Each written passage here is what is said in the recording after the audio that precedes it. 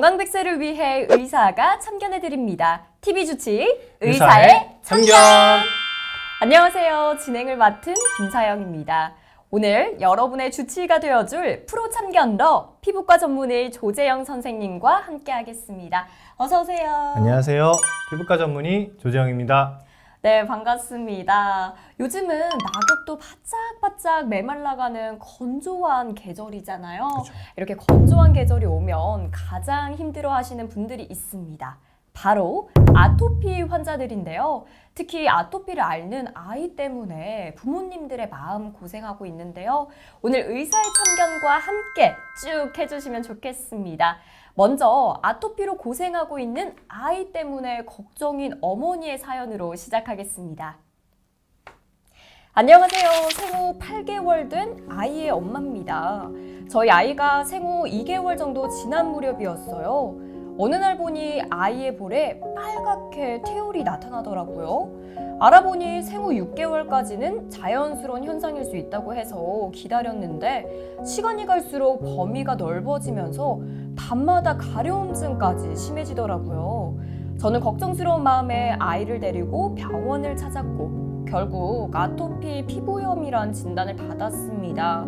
진료 후에 스테로이드 연고도 처방받았는데요. 성인이 써도 독하다는 스테로이드를 1살도 안 된 아이가 발라도 괜찮은 건지 오래 써도 문제가 없는지 겁부터 덜컥 납니다.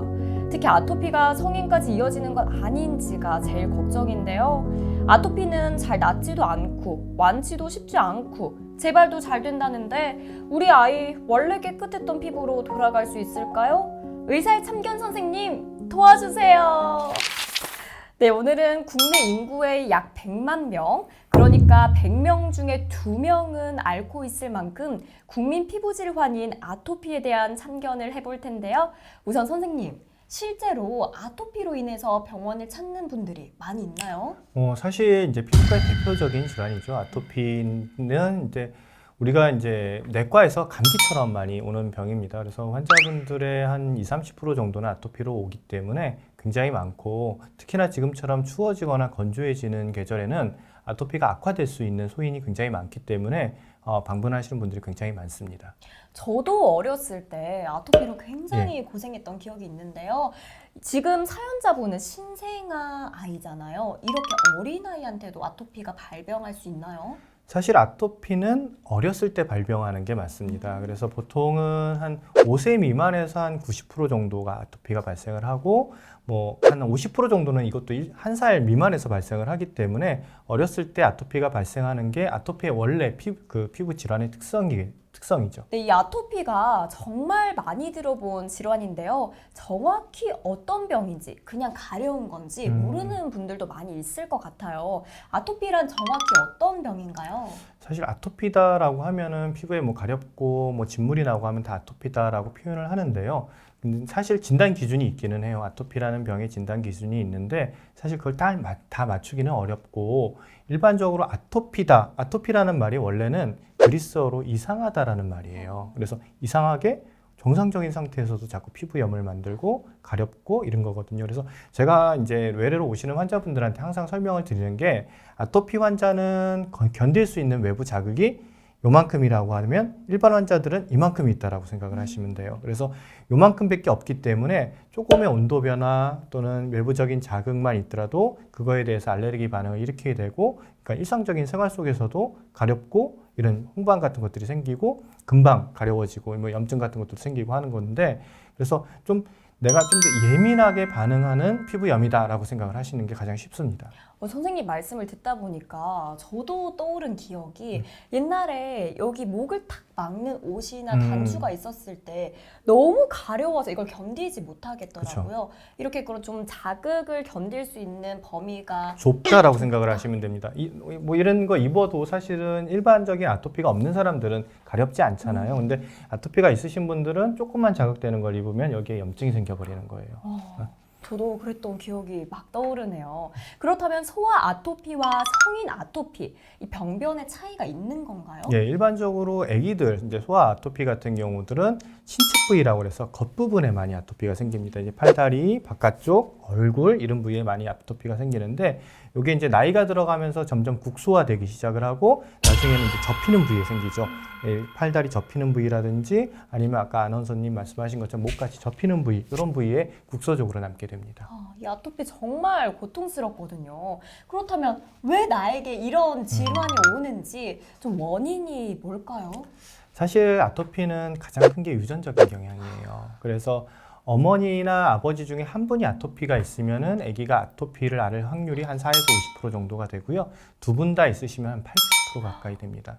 근데 이제 현대 사회는 아무래도 이런 유전적인 경향에다가 이제 외부적인 공해라든지 뭐 먹는 것들도 이제 여러 가지 이제 뭐 합성 물질들이 많이 들어가잖아요. 또 이제 뭐 입는 거라든지 이런 거에도 세제라든지 이런 것들이 많이 있다 보니까 이런 기본적으로 아토피를 가지고 있는 성향에다가 그런 외부적인 작용이라든지 환경적인 문제가 더해지니까 좀 더 심하게 나타나거나 많이 나타나는 양상을 보이게 되는 거죠. 가장 큰 원인은 이제 유전적인 그쵸. 거라고 말씀을 해주셨는데 그럼 어렸을 때는 아토피가 없다가 네. 성인이 돼서 발병하는 사람들도 있잖아요.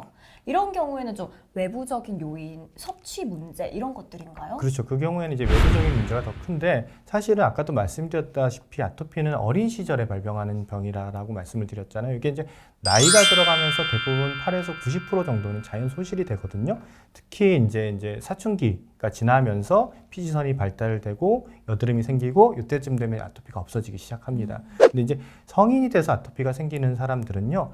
외부적인 자극을 계속해서 받은 거예요. 뭐 이제 본인한테 맞지 않은 음식들을 계속 먹었다든지 아니면은 작업하는 환경이라든지 일하는 환경이라든지 이런 것들이 본인에게 계속적인 자극을 줄 수 있는 공이라든지 외부적인 물질에 노출이 되게 되면은 피부가 계속 자극을 받다 보면은 피부가 그 자극에 대해서 예민해지는데 그 자극뿐만이 아니라 다른 자극에 대해서도 예민해지는 거죠. 그래서 이게 성인형 아토피로 변하게 되는 겁니다. 그럼 성인이 돼서 아토피가 나오는 사람들은 이제 외부적인 요인, 자극? 그렇죠. 자극들을 찾아서 뭐가 문제인지 좀 제거할 필요가 있는 것 같아요. 맞습니다. 그렇다면 이 아토피인지 아닌지도 구별하기가 어렵잖아요. 예. 좀 어떻게 의심을 해볼 수 있을까요? 뭐 아토피 중에서 이제 가장 큰 증상은 가려움증이에요. 이게 사람들이 아까도 말씀드렸다시피 일상적인 생활 속에서도 계속 가려운 거예요. 가렵다 보면은 그 부위 피부에 변형이 오게 됩니다. 붉어지거나 아니면은 이제 뭐 인설, 그러니까 우리가 각질이라고 하죠. 그런 것들이 생기거나. 근데 이런 과정들이 계속 반복이 되면 태선화라고 해서 피부가 두꺼워져가지고 거칠거칠하고 두꺼워져 있는 모습으로 변하게 됩니다. 네. 와, 그 중에서도 아토피 증상 하면은 가장 괴로운 게 이 사연자처럼 가려움증인데요. 이 가려움을 잡는 민간요법도 많은데 예를 들면 녹차나 어송초 같은 물을 바르기도 하고요. 얼음팩을 대기도 하고요. 우리가 정말 가려울 때 좀 어떻게 하면 좋을까요? 사실 이제 녹차나 얼음팩을 대는 거는 일시적으로 시원하게 해주면서 시원한 느낌을 받는 건데요.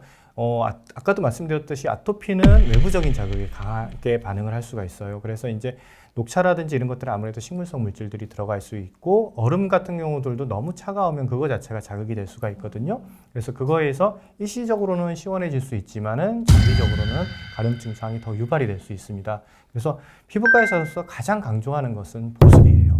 그래서 로션이나 이거를 평상시 뭐 이제 건조하지 않더라도 틈나는 대로 발라주시는 게 가장 중요하다고 생각합니다. 그리고 선생님 저는 여기서 궁금해지는 게 뭐 연고를 처방받고 보습한다고 로션을 발랐음에도 불구하고 흡수되는 동안 또 가렵잖아요. 가렵죠. 손 대면 안 되는데 손이 가잖아요. 그죠. 어떻게 하는 게 좋을까요? 그래서 이제 사람이 사실은 가려움증이라는 거는 우리가 긁는 행위라는 거는 통증으로 가려움증을 막아주는 거거든요. 두 가지 감각을 못 느끼기 때문에 그만큼 오히려 통증보다 가려움 증상을 더 힘들어합니다, 사람들이. 그래서 이 가려움 증상을 없애려면 결국은 먹는 약을 먹는 수밖에는 없어요. 그래서 당장 병원에 못 가시면은 근처 약국에서 항히스타민제 같은 경우들을 좀 사서 드시는 게 좋고 그래도 가려우면은 결국은 병원에서 처방을 받으셔야 됩니다. 너무 견디기 힘들 때는 먹는 약까지 처방받는 게 좋다고 이렇게 그렇죠. 말씀을 해주셨습니다.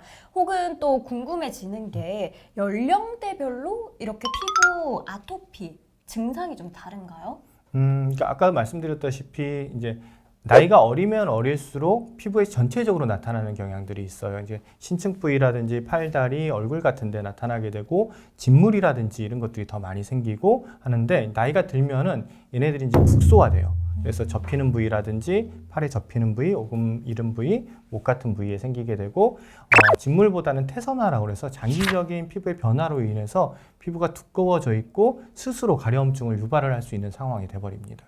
오, 이렇게 접히는 부위에는 이제 점점 나이가 들수록 생긴다고 하셨는데 네. 이게 우리가 단순히 건조해서 가려울 수도 있는 거잖아요. 건선이라고 하는데 이 건선과 아토피는 그러면 어떻게 구분을 해야 될까요?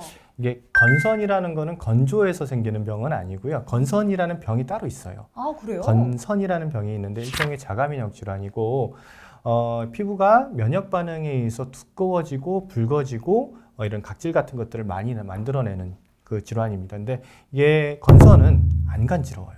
대부분 머리를 빼고는 대부분 안 간지럽고 외적으로만 좀 보기가 안 좋은 그런 영향을 미치게 되고요. 뭐 최근 연구 결과에는 뭐 고혈압이라든지 심혈관 질환 같은 것들을 유발을 한다라고 돼 있고 아니면 뭐 관절염 같은 것들도 유발한다고 돼 있는데 뭐 표면적으로 봐서는 아토피랑 건선의 가장 큰 차이는 가려움증의 유무입니다.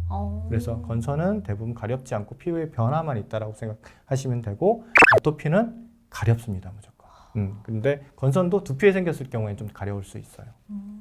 저는 이 건선이 네. 보통 건조해서 가렵다 이렇게 많이 그렇죠. 말을 하잖아요. 그거는 이제 건성 피부염이고, 건성 피부염이고, 요거는 건선이라는 병은 따로 있어요.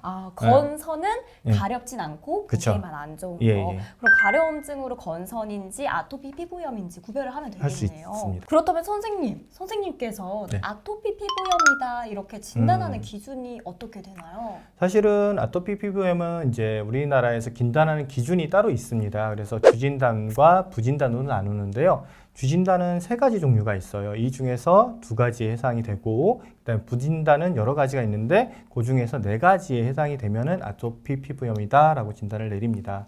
근데 일단은 주진단만 말씀을 드리자면은 일단은 첫 번째로 가려움증이 있어야 돼요. 일단 아토피 피부염은 가려워야 되고요.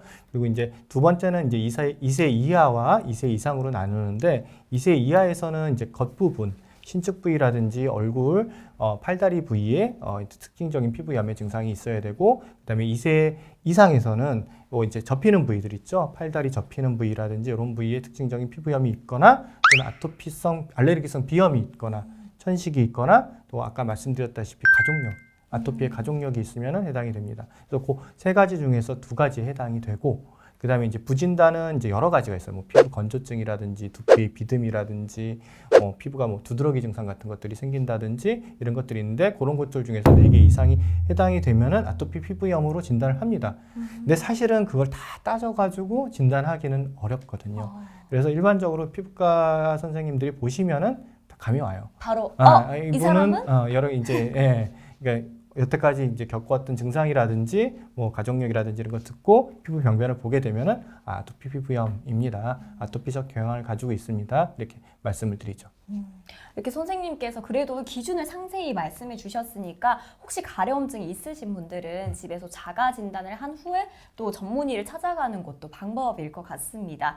그렇다면 이 아토피 피부염도 중증도에 따라서 분류가 가능하다고 들었거든요. 예. 어떻게 분류를 하나요? 이게 이제 점수를 매기는 방법이 있어요. 2가지가 있는데 이지 스코어라는 거, EASI라는 스코어랑 스코라드 인덱스라는 게 있는데 요즘은 이지 스코어를 좀 많이 쓰거든요. 엑제마, 에이리어, 시비어리티 인덱스라고 해가지고 각 증상마다 점수를 매기는 거예요. 그래서 얼굴, 몸통, 팔, 다리 이렇게 나누고 부위를 그거에 따라서 면적을 계산을 하고 그 다음에 가려움증, 또 홍반이나 구진, 또 태선화, 뭐 긁은 자국 이런 것들을 해서 또 점수를 또 매기고 각각의 부위별로 이제 퍼센테이지를 또 가중치를 줘가지고 점수를 매기는데요.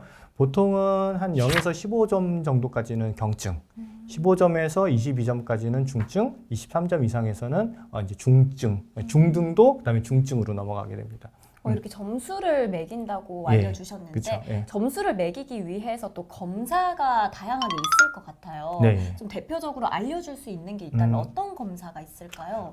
지금 점수를 매기는 거는 이제 검사를 통해서 하는 거라기보다는 본인이 느끼는 증상이라든지 이런 것들을 이제 의사가 판단한 위치라든지 피부의 심각 정도를 따져서 점수를 매기는 거고요.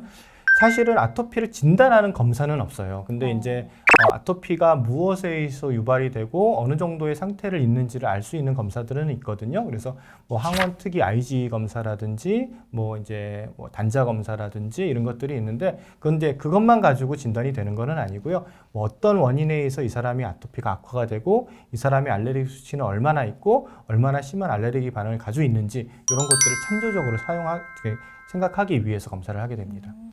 또 새로운 방법을 알게 된 네. 것 같습니다. 이렇게 진단을 받으면은 치료가 무엇보다 중요하잖아요. 이 중증도나 연령에 따라서도 치료법이 다를 것 같다라는 생각이 드는데 아토피는 어떻게 치료를 하나요? 사실은 환자들마다 워낙 증상의 다양성이 많기 때문에 딱 어떤 치료를 한다라고 딱 말씀드리기는 어려워요. 근데 이제 아까도 계속 말씀드렸다시피 아토피는 기본적으로 피부의 보호막, 그러니까 피부의 보호작용이라든지 이런 것들이 잘 안 되는 상황이기 때문에 경증의 아토피는 보습 잘 해주시면은 그것만으로도 조금 좋아질 수 있습니다. 그렇지 않으면 이제 조금 더 넘어가게 되면은 아까 말씀드렸듯이 경구 항히스타민제라든지 이런 걸로 가려움증을 가라앉혀주고 그 다음 단계로 넘어가게 되면은 이제 바르는 약, 스테로이드를 약 한 단계부터 사용을 하기 시작하죠. 거기서도 이제 조금 안 되면은 광선 치료라는 게 있어요. 그래서 우리가 특정 파장의 자외선을 몸에 쐬주게 되면은 염증 반응이라든지 이런 것들이 줄어들게 되거든요. 그래서 피부를 좀 안정화시켜주는 자외선 치료가 있고 이제 거기서도 또 안 되는 사람들도 있습니다. 분들도 있으면 이제 그 다음부터 이제 면역 억제제들을 사용을 하게 돼요. 면역이 너무 심하게 작용을 하기 때문에 면역 억제제들을 사용을 하고 이제 이런 면역 억제제는 또 오래 사용하거나 이럴 경우는 조금 문제가 있을 수가 있어서 거기서도 또 안 되시는 분들은 생물학적 제재라는 게 있습니다. 그래서 단계별로 다 치료가 있거든요. 그래서 아토피라고 해서 뭐 무조건 스테로이드만 쓰고 이런 개념들이 아니라 환자의 중증도라든지 상태에 맞춰가지고 치료를 할 수 있기 때문에 너무 걱정하지 마시고 병원에 오셔서 본인의 상태를 먼저 정확하게 판단하시는 게 가장 중요할 듯 합니다. 가장 중요한 거는 지금 나의 중증도에 따라서 어떻게 치료를 맞습니다. 하는지가 중요할 것 같은데요. 또 사연을 주신 어머님 이야기로 넘어가 볼게요. 1살도 안 된 어린아이에게 스테로이드 연고를 쓰는 게 너무 걱정된다고 하셨거든요. 이 스테로이드 연고 사용에 대한 걱정은 저도 마찬가지고 우리 시청자분들도 마찬가지일 것 같은데 부작용은 없을까요? 사실 이제 가장 걱정하는 게 스테로이드 하면은 공포감을 가지시잖아요. 근데 사실은 인류의 생명을 가장 많이 살린 게 항생제랑 스테로이드거든요. 그래서 스테로이드라는 건 이렇게 생각하시면 됩니다. 내 면역 체계가 너무 과도하게 반응을 하고 있는데 그것을 잠깐 잠재워 준다라고 생각을 하시면 돼요. 이거는 스테로이드는 우리가 급성기 약물이라고 그래요. 그래서 불이 났을 때 불을 끄는 작용을 하게 됩니다. 단기적으로 사용할 때는 전혀 문제가 안 되거든요. 일반적으로 의사 관찰 안에서 단기적으로 사용할 때는 전혀 문제가 안 되고 또 스테로이드도 단계가 굉장히 많아요. 아주 약한 스테로이드부터 좀 강한 스테로이드가 있는데 그 환자분의 상태라든지 연령에 맞추어서 처방을 하고 심할 때나 꼭 필요할 때만 잠깐씩 사용을 한다면 전혀 문제가 되지 않기 때문에 특별히 공포감을 가지실 필요는 전혀 없으십니다. 여러분 선생님 말씀 잘 들으셨죠? 전혀 걱정하지 마시고 의사 선생님의 그 기간 아래, 진단 그렇죠. 아래에서 불 꺼주시면 될 것 맞습니다. 같아요. 이렇게 잘만 쓰면 효과가 좋은 스테로이드처럼 아토피에 대한 여러 가지 오해가 있는데요. 여기서 코너 속의 코너죠. 아토피 피부염에 대한 오해와 진실을 알아보고 가겠습니다. 첫째, 육류나 유제품, 콩, 생선, 달걀 등은 무조건 피해야 한다? X. X. 왜요? 일단은 이제 생선이나 이런 것들에 이제 히스타민이라는 물질이 많아서 사실은 알레르기를 좀 유발한다고 알려져 있기는 해요. 근데 모든 사람한테 그런 게 아닙니다. 그래서 이거를 꼭 특히나 이제 성장기 애기들한테서는요, 이러한 음식물들, 특히나 단백질들이나 좋은 영양분이 많은 음식물이잖아요. 이거를 이제 제한하는 게 성장에 굉장히 영향을 미칠 수가 있어요.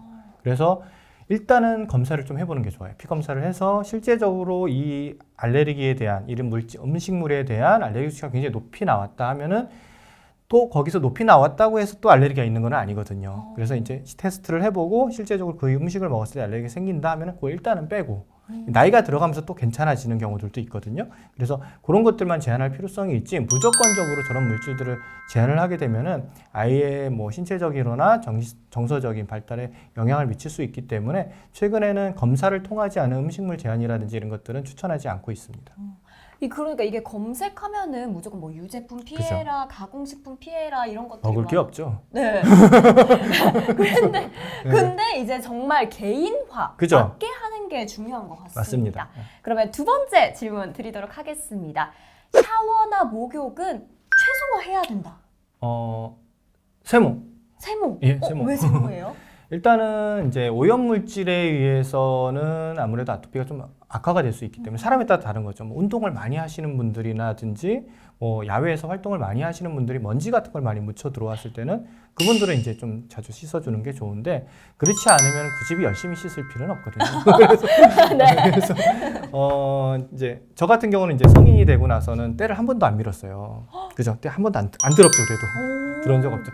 때 미는 습관은 사실은 피부과학적으로는 굉장히 안 좋은 습관입니다. 그래서 정상적인 각질 보호 세포들을 떼주는 현상들인데 그렇게 되면은 뭐 처음에는 맨들맨들해 보이겠지만 우리 일반적으로 표현하면 생살이 나오는 거예요.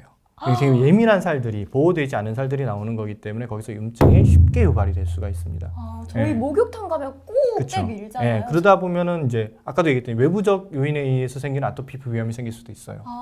이 너무 때 열심히 미는 것도 금지해야 돼요. 그렇죠. 때 미는 거는 안 미는 게 좋고 그다음에 샤워를 좀 자주 하시는 분들 같은 경우는 꼭 전신에 보습제를 써주셔야 돼요. 샤워하고 한 15분 이내에 써주시는 거를 추천드립니다. 왜냐하면 이게 축축한 습기들이 머금고 있을 때 이거 보습을 안 해주게 되면 이 습기가 증발이 되면서 몸에 있는 습기들도 또 같이 뺏어 나가요. 그러면서 우리가 이제 가뭄이 되면 갈라지잖아요. 논바닥이. 그런 것처럼 피부도 미세하게 다 갈라집니다.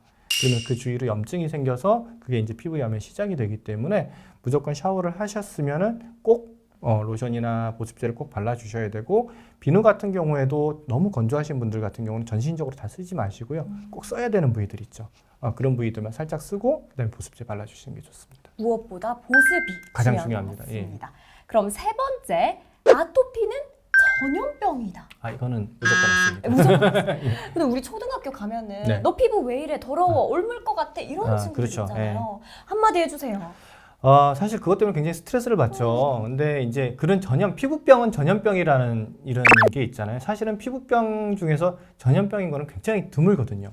근데 이게 왜 생겼냐면은 예전에 이제 나병이라든지 아니면은 이제 우리가 이제 의료 체계가 잘 없을 때 이제 곰팡이균 같은 것들이 많이 돌아다녀요. 이제 그런 것들이 그때는 약이 없으니까 치료를 못 하거든요. 간단한 무좀도 치료가 안 되는 상황이니까요. 그래서 그런 것들이 전신으로 번져나가고 몸에 보이니까는 그게 또 전염병이다라는 인식이 있었는데요. 현대 사회에서는 뭐 나병이 우리나라에서 거의 없어진 상태고 뭐 무좀 같은 경우들도 금방 약을 쓰면 좋아지는 상태이기 때문에 일반적으로 피부병은 대부분 알레르기 반응이 많습니다. 그래서 알레르기 반응은 내 몸이 외부적인 자극이라든지 환경에 민감하게 반응을 하는 거기 때문에 다른 사람에게 옮거나 이런 것들은 전혀 아닙니다.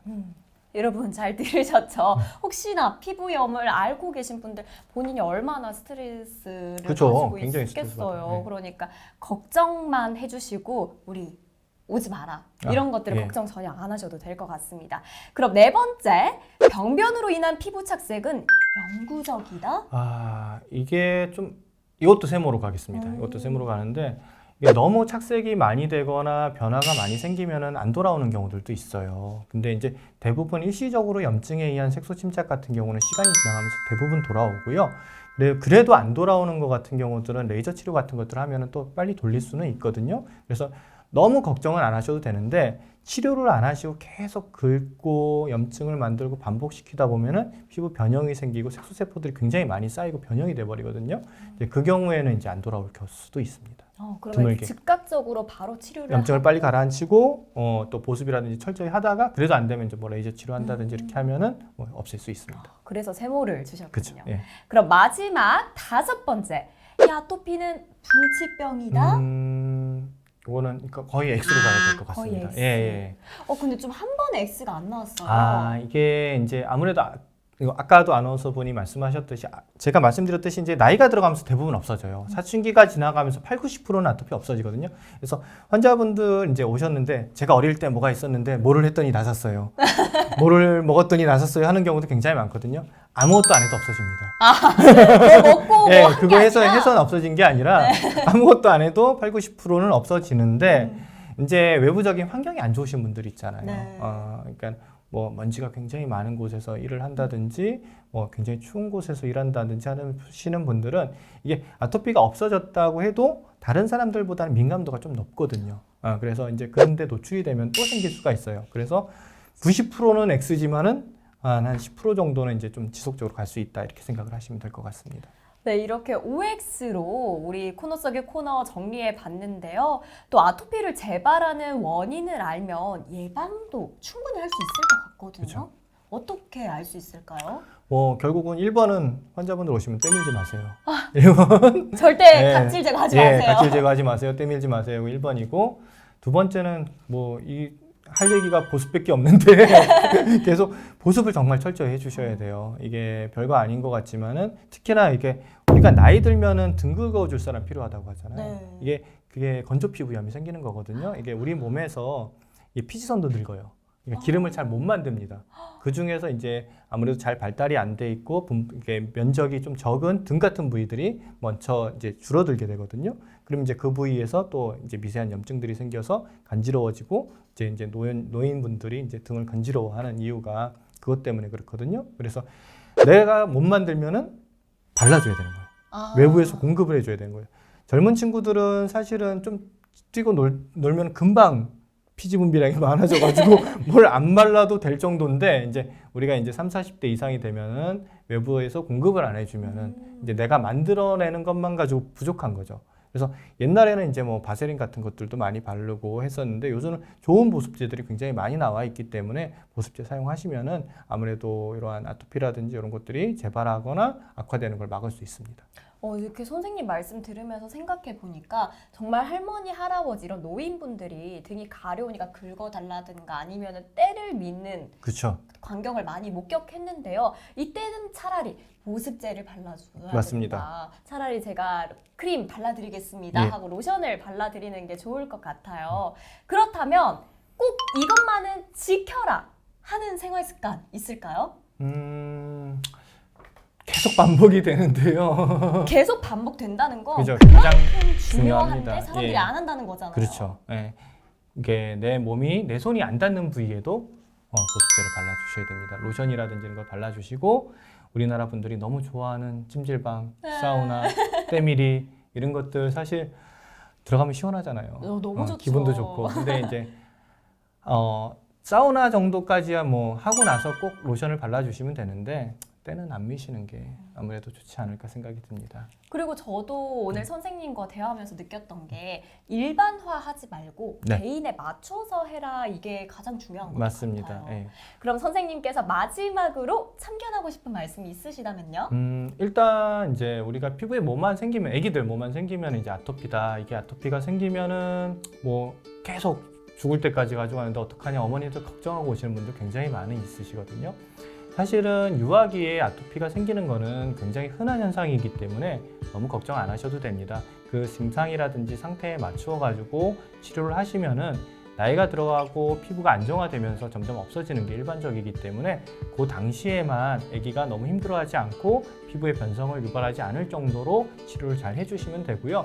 사실 피부에 뭐가 생겼다고 해서 너무 걱정하지 마시고 병원 오셔가지고 정확히 진단 받으시고 그거에 맞추셔서 약물 치료라든지 이런 치료들을 하시게 되면은 대부분 안정화되니까 걱정하지 마십시오.